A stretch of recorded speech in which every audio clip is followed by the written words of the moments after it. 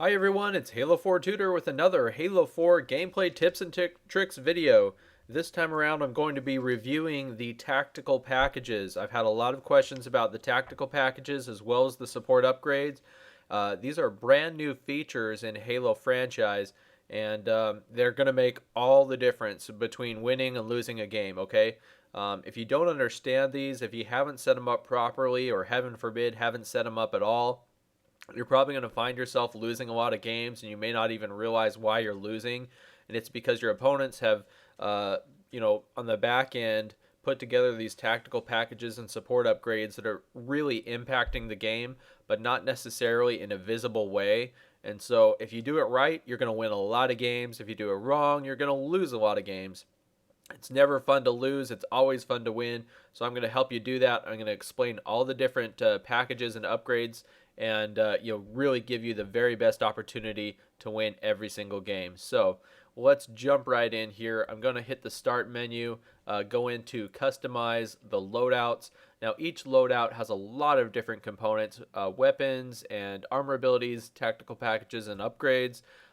There's too much information to cover it all in one video, so today, this video, I'm going to focus primarily on the tactical packages, and future videos I'll focus on support upgrades, armor abilities, weapons, and so forth.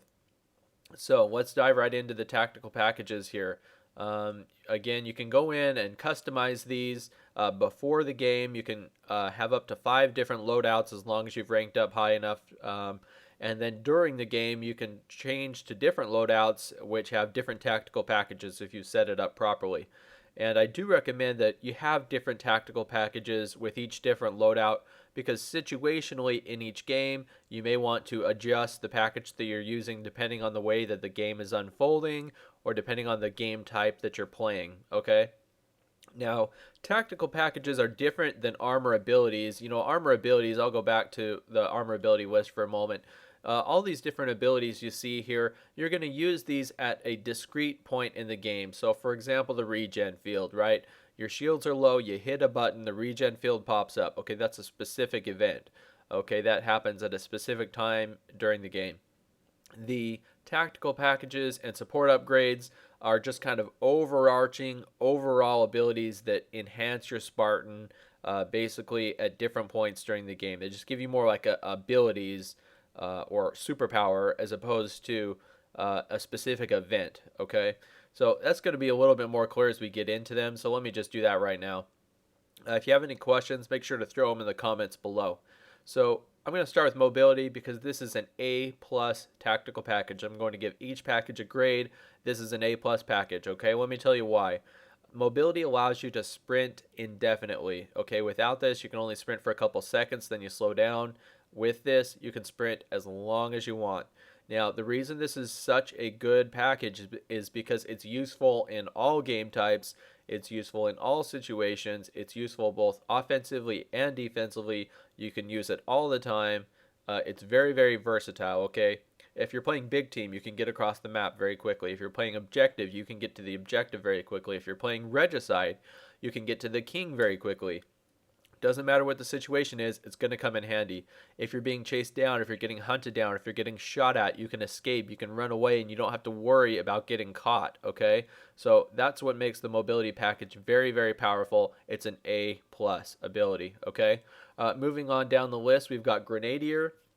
This allows you to carry an extra grenade, okay? That can be situationally a very nice ability to have that extra grenade, especially if you use it in tandem with the support upgrade explosives. Let me go back to that momentarily here. Again, I'm not going to focus on support upgrades, but if you use explosives, which basically increases your grenade performance, making it much more powerful, as well as reducing the grenade damage that you receive, this is a very, very good combination. So again, that's explosives and grenadier. Okay, so if you have extra grenades and those grenades are more powerful, that's a really great combination. But again, it's situational. Okay, so if you're playing especially objective games like King of the Hill or Dominion, where you know your enemies are going to be kind of clustered in one area, or they're kind of fortified in a base, you need those grenades to take them down. Okay, this is a very good ability. However, Other maps or other game types, it's a so-so ability, okay? So I'm going to give this tactical package a B as long as you're using it with the explosives upgrade, okay? If you're using those two together, this is a great package. Moving along, firepower. I'm going to give this package a B as well. It's very popular but limited in my opinion.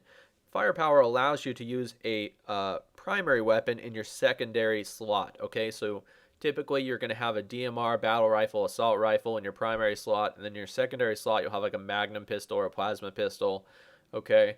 But this allows you to have like a DMR in your primary and your secondary weapon's a battle rifle, or vice versa. Or you can throw an assault rifle in the mix and have two primary weapons. Now, that can be very, very helpful, okay? But again, it is limited situationally because, in some situations, you may not need that secondary weapon. Actually, in a lot of situations, you're not going to need a primary weapon in your secondary spot, okay? Sometimes that's useful, to be sure, but other times it's not, because a lot of times during the game, you can simply swap out your secondary weapon for a power weapon or for another weapon that you find lying on the ground. And so to have those two primary weapons to load out with, that can be great, but you don't always need it. It's not always going to come in handy. So I'm going to give this package a B, okay, because it is very useful. I do like it a lot. Let's move on to shielding. Shielding basically, nope, I don't want to buy it. Shielding definitely allows you to recharge your shields a little bit more quickly. Now, they're not going to recharge while you're being shot, so you're going to have to find a way to take cover or maybe get a teammate to step in there for you and give you a little bit of support. But you do recover your shields a little bit more quickly. Now, I'm going to give this one a C because it's only useful when you're being shot and when you can take cover, okay? Which that may only happen a couple times during a game, and a lot of times maybe you could recover even at a slower rate and it wouldn't make a big deal. So, this can be kind of nice if you feel like you're just dying all the time, but I think that there's other packages that would help you in more situations, okay? So I'm going to give this a C because it can be useful, but it's very, very limited, and it's very passive ability. It's only good in a very limited situations when you're really just getting crushed, and you have to be able to get away to recharge anyway. All right, let's go down to resupply. Resupply is an interesting ability. In prior Halo games, you could just pick up grenades off the ground and carry them with you. You can't do that anymore in Halo 4. I don't know if you've noticed, but you load out with some grenades, and once they're gone, they're gone. You can't pick up any more.